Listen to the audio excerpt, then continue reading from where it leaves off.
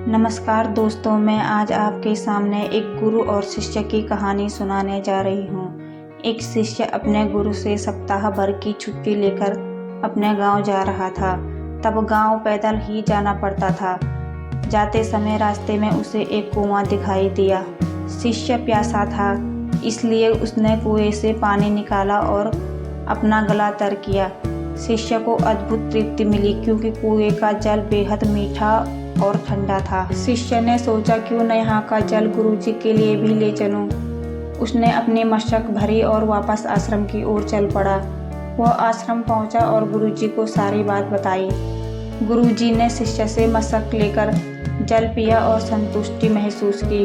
उन्होंने शिष्य से कहा, वाकई यह जल तो गंगा जल के समान है।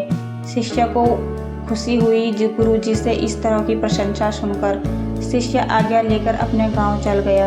कुछ ही देर में आश्रम में रहने वाला एक दूसरा शिष्य गुरुजी के पास पहुंचा और उसने भी यह जल पीने की इच्छा जताई।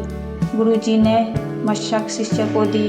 शिष्य ने जैसे ही घूंट भरा, उसने पानी बाहर फूला कर दिया।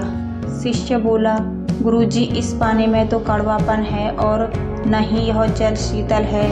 आपने बेकार ही उस शिष्य की इतनी प्रशंसा की।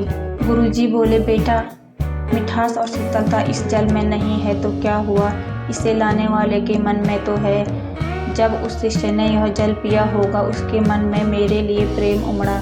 यही बात महत्वपूर्ण है। मुझे भी इस मशक का जल तुम्हारी तरह ठीक नहीं लगा, पर मैं यह कहकर उसका मन दुखी नहीं करना चाहता था। हो सकता है जब जल मशक में भरा गया तब वह शीतल और मशक के साफ न होने के कारण यहाँ तक आते आते जल वैसा ही नहीं रहा। पर इसे लाने वाले के मन का प्रेम तो कम नहीं होता है ना।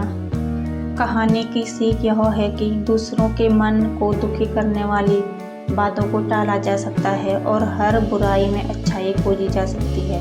दोस्तों, आपसे एक छोटी सी विनती है कि अगर आपको ये कहानी पसंद आई है तो चैनल को सब्सक्राइब करें और बेल आइकॉन को ज़रूर प्रेस करें। धन्यवाद।